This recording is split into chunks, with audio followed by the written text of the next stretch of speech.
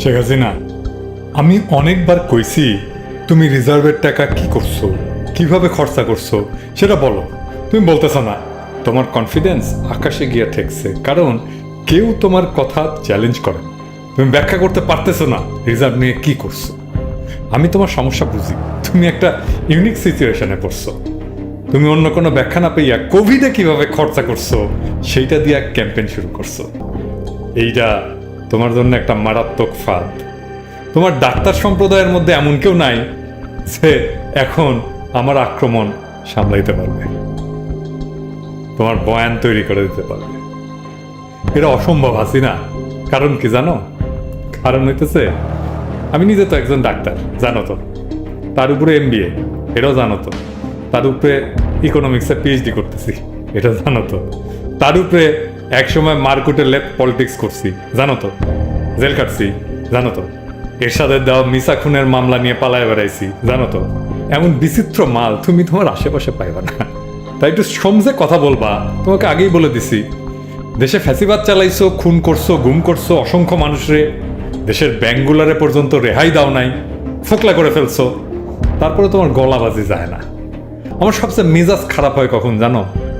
যখন কও আমাকে জনগণ ভোট দিয়েছে, আওয়ামী লীগ জনগণের ভোটের অধিকার প্রতিষ্ঠা করেছে। তোমার লজ্জা নাই? আবার তুমি নামাজ পড়ো, তাহাজ্জুদের নামাজ পড়ো। নামাজ পড়ে লাভ কি? ধর্মকর্ম করে লাভ কি? তুমি যা করছো, মুরব্বীরা বলে তুমি দোজকে চলবা। তাই ঠিক করছে এই ইহকালে তোমার মিছা কথাগুলো একটা একটা করে ধরায় দেবে। পোলাপাইনের কাছে তোমার একটা মহা মিথ্যাবাদী মানুষ হিসাবে আমি প্রতিষ্ঠা করে দিয়ে দেবো। পরকালের বিচার খোদা তালা করবেন, কিন্তু ইহকালে তুমি যে কয়দিন বাইচে আসো, মুখ খুলবা তো তোমার মিছা কথা আমি মাইক্রোস্কোপ দিয়ে দেখাই দেবো সবাই। তোমার অহংকার, তোমার দেমাগ আমি মাটিতে মিশায় দেব। মনে রাখে, কাজে আমি হাত পাকাইছি ভালো। তোমার লেসপেন্সার কাউয়া কাদের বলে না, খেলা হবে, আমি খেলবো তোমার সাথে। আসো, আজকে বেশি না, 2টা মিছা কথা মাত্র ধরাই দেব। তুমি ডাক্তারদের প্রোগ্রামে যায় বলছো যে তোমার করোনা টিকা দেওয়ার সিরিঞ্জ কিনছো, স্পেশাল প্লেন পাঠায়া কিনছো। ছোট সিরিঞ্জ পাওয়া যাইতেছিল না, তাই বড় সিরিঞ্জ কিনছো। বাংলাদেশে যারা সিরিঞ্জ বানায় তারা মাত্র 1 কোটি সিরিঞ্জ বানায়, তাই না? আচ্ছা শুনেন কি বলছেন, এটা শুনে দেখেন, ভালো করে শুনবেন। এই ভ্যাকসিনের সাথে সিরিঞ্জ কিনতে হয়েছে। আপনারা জানেন যে আমাদের যে ইন্ডাস্ট্রি মাত্র 1 কোটি সিরিঞ্জ তৈরি করতে পারে। স্পেশাল প্লেন পাঠিয়ে তখন ওই ছোটো সিরিঞ্জ পাওয়া যাচ্ছে না বিদেশে, বলে একটু বড় সাইজ, একটু পয়সা বেশি লাগবে, আমার তা লাগুক, আনতে হবে। আমরা খুব বেশি নিয়মে যাইনি, যখন যেটা প্রয়োজন হয়েছে সোজা প্লেন পাঠিয়ে কোটি টাকা খরচ করে আমরা কিন্তু নিয়ে এসেছি, মানুষকে ভ্যাকসিন দিয়েছি।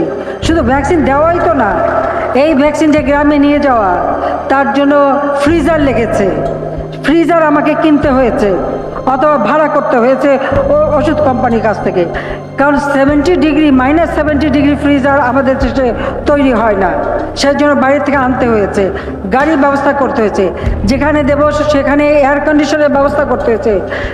বাংলাদেশে টিকা দেওয়ার সিরিঞ্জ বানায় সে কোম্পানির নাম JMI। তারা 2022 সালে ইউনিসেফে 1,30,00,000 সিরিঞ্জ দিছে। আর বিগত 15 বছর ধরে 1 থেকে 14 বছর বয়সী শিশুদের যে টিকাদান কর্মসূচি আছে না, তার সব সিরিঞ্জ সরবরাহ করছে JMI। শুধু তাই না, আমি জনকণ্ঠ থেকে পড়ে শোনাচ্ছি। হ্যাঁ, পড়ি। দেশে করোনার টিকাদান কর্মসূচির শুরুতে 3,30,00,000 সিরিঞ্জ নিরবিচ্ছিন্ন সরবরাহ করেছে JMI গ্রুপ। আরও প্রায় 28 কোটি সিরিঞ্জ কেনার প্রস্তুতি নিয়েছে সরকার। এর মধ্যে গত 22শে সেপ্টেম্বর JMI থেকে 11 কোটি সিরিঞ্জ কেনার অনুমোদন দিয়েছে সরকারি ক্রয় সংক্রান্ত মন্ত্রিসভা কমিটি। হাসিনা কয় 1 কোটি সিরিঞ্জ বানায় নাকি মাত্র বাংলাদেশে, বুঝছাও? আজ আবারও পড়ি। দেশের চাহিদা পূরণ, শিশুদের অধিকার রক্ষায় কাজ করা জাতিসংঘের সহযোগী প্রতিষ্ঠান ইউনিসেফকে সরবরাহ করা সহ করোনার টিকাদানের জন্য JMI এর সিরিঞ্জ রপ্তানি হয়েছে যুক্তরাষ্ট্র, ইন্দোনেশিয়া, পাকিস্তান, নেপাল সহ বিশ্বের বিভিন্ন দেশে। সে শুধু বাংলাদেশকেই দেয় নাই, এক্সপোর্ট করছে পৃথিবীর নানা দেশে, এমনকি আমেরিকায়। আর হাসিনা কইতেছে তুমি স্পেশাল প্লেন পাঠায় কিনে আনছো, ইম্পোর্ট করে আনছো সিরিঞ্জ। বাইরে ভাই, মিছা কথা বলার তো একটা লিমিট থাকে। প্রমাণ তো দেখলেন। এইবার আবারও তার মুখে শুনেন কেমন লাগে, মেজাজ কেমন খারাপ হয়। শুনেন না, শুনেন শুনেন, মেজাজটা কেমন খারাপ হয় দেখেন। এমন মিছা কথা, একটা জলজলা মিছা কথা, কাঁচা মিছা কথা শুনতে কেমন মেজাজ খারাপ হয় সেটা শুনেন এখন। এই ভ্যাকসিনের সাথে সিরিঞ্জ কিনতে হয়েছে। আপনারা জানেন যে আমাদের যে ইন্ডাস্ট্রি মাত্র 1 কোটি সিরিঞ্জ তৈরি করতে পারে। স্পেশাল প্লেন পাঠিয়ে, তখন ওই ছোট সিরিঞ্জ পাওয়া যাচ্ছে না বিদেশে, বলে একটু বড় সাইজ, একটু পয়সা বেশি লাগবে, আমার তা লাগুক, আনতে হবে। আমরা খুব বেশি নিয়মে যাইনি, যখন যেটা প্রয়োজন হয়েছে সোজা প্লেন পাঠিয়ে কোটি টাকা খরচ করে আমরা কিন্তু নিয়ে এসেছি, মানুষকে ভ্যাকসিন দিয়েছি। শুধু ভ্যাকসিন দেওয়াই তো না, এই ভ্যাকসিনটা গ্রামে নিয়ে যাওয়া, তার জন্য ফ্রিজার লেগেছে, ফ্রিজার আমাকে কিনতে হয়েছে অথবা ভাড়া করতে হয়েছে ওষুধ কোম্পানির কাছ থেকে, কারণ -70 ডিগ্রি ফ্রিজার আমাদের দেশে তৈরি হয় না, সেই জন্য বাইরে থেকে আনতে হয়েছে, গাড়ির ব্যবস্থা করতে হয়েছে, যেখানে দেবো সেখানে এয়ার কন্ডিশনের ব্যবস্থা করতে হয়েছে।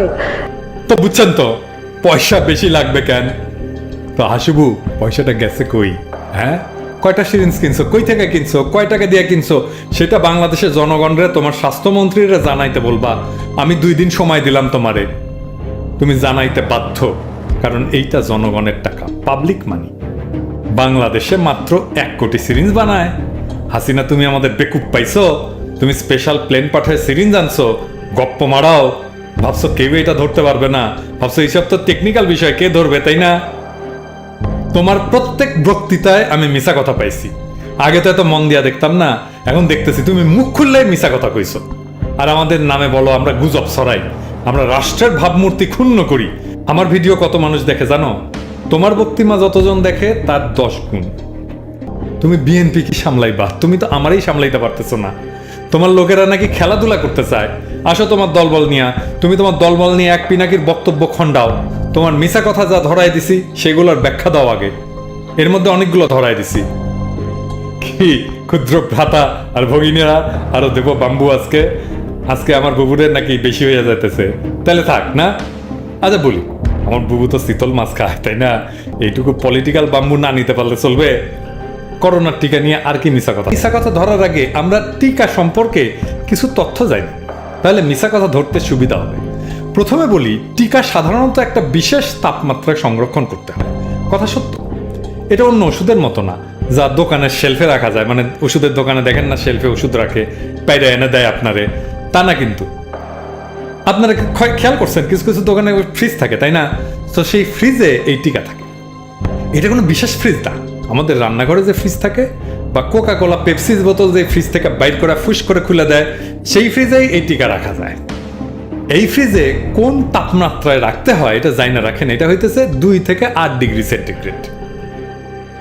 ঘটনাক্রমে আমার এই টেম্পারেচারে ওষুধ সংরক্ষণ এবং পরিবহনের এক্সপার্ট বলতে পারেন, কারণ আমি 4 বছর স্যানোফি কোম্পানিতে এই কাজটা দেখতাম ক্যান্সারের ওষুধের জন্য। যাই হোক, আমাদের দেশে সারা বছর কিন্তু একটা টিকার কর্মসূচি চলে নবজাতকদের দেওয়ার জন্য।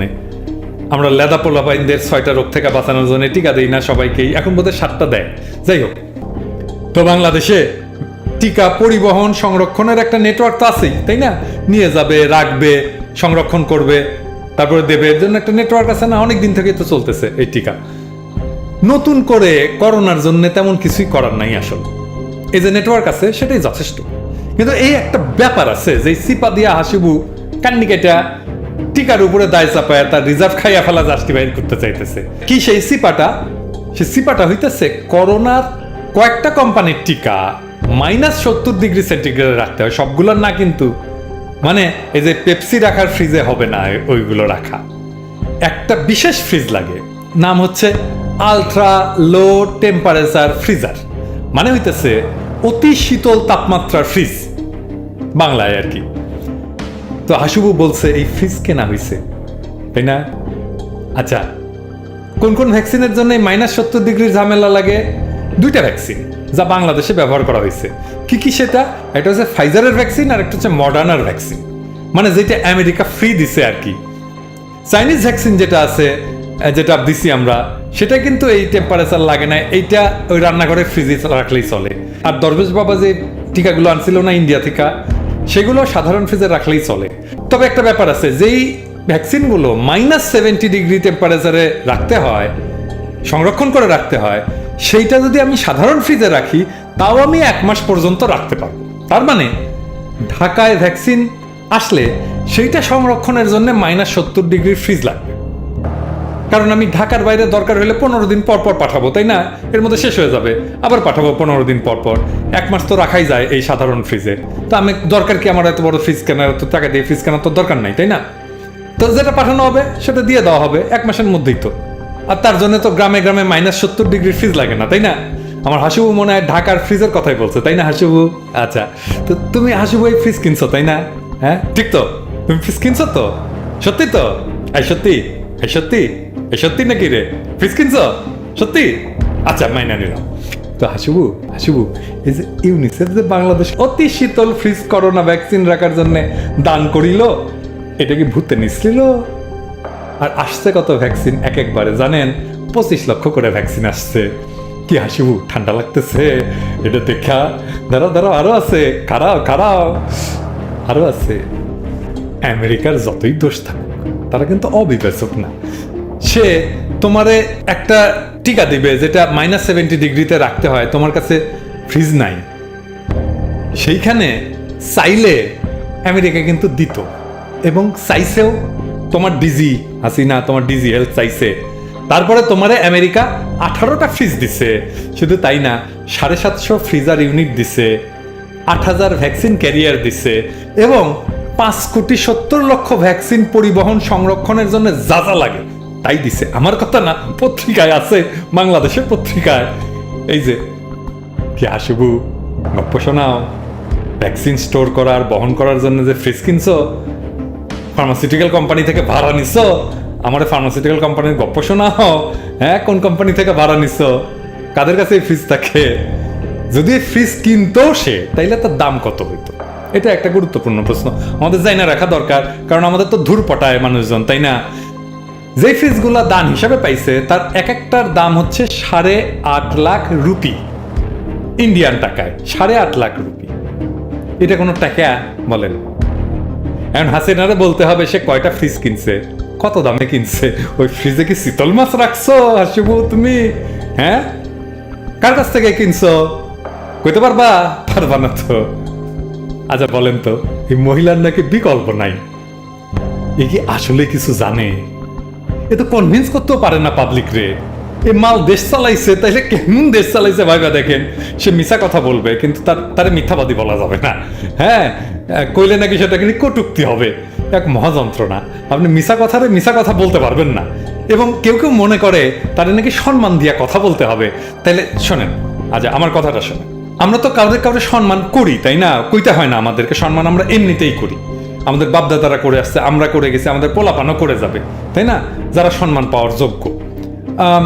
তো যারা সম্মান পাওয়ার যোগ্য, আমি হাসিনারে যদি সম্মান করি, তাহলে যারা সম্মান পাওয়ার যোগ্য তাদের আমি অপমান করতেছি না বলেন? অবশ্যই অপমান করতেছি। হাসিনারে সম্মান জানায়, আপনি আপনার বাবা মাকে অসম্মান করতেছেন না? আপনি তো বাবা মারে সম্মান করেন, তাই না? করতেছেন তো। আপনি নবী রসুলদের অপমান করতেছেন না? আপনি তাদের সম্মান করেন তো। হাসিনারে তাদের পাশে সম্মানের আসন দিয়া খুশি আসেন ভাইজান। মনে রাখেন, পিছে একগুচ্ছ হার থাকে। হ্যাঁ, ওইটারে যারা সোজা করে দাঁড়াইতে শেখে তাদেরকে মানুষ বলে। তো এটা সোজা করে দাঁড়াইতে শেখেন, হাসিনার সামনে নত জানু হন, কিন্তু শির দ্বারাটা খুইলা তারে ভেট দিয়েন না। যে মাননীয় বলার যোগ্য, যে মাননীয় শোনার যোগ্য, তারে মাননীয় বলেন, কোনো অসুবিধা নাই। যে মাননীয় শোনার যোগ্য না, এই সম্বোধন পাওয়ার যোগ্য না, তারে আপনি মাননীয় কেন বলবেন? আর একটা ডাহা মিথ্যাবাদী, একটা প্রতারক, ভোট চোর, খুনি, তারে আপনি কোন আক্কেলে মাননীয় বলবেন? আমারে বুঝান।